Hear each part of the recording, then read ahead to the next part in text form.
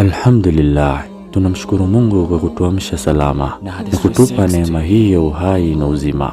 Ya Allah, tujalie kheri katika siku hii ya leo na tuepushe na kila shari za binadamu na majini.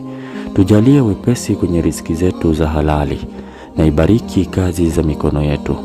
Waponye wagonjwa wote waliopo majumbani na waliopo mahospitalini. Tujalie upendo kwenye nyoyo zetu na tuepushe na chuki na ugomvi majumbani mwetu.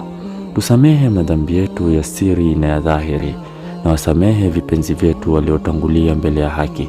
Hakika sisi ni viumbe vyako dhaifu, na msamaha wako tunautaka.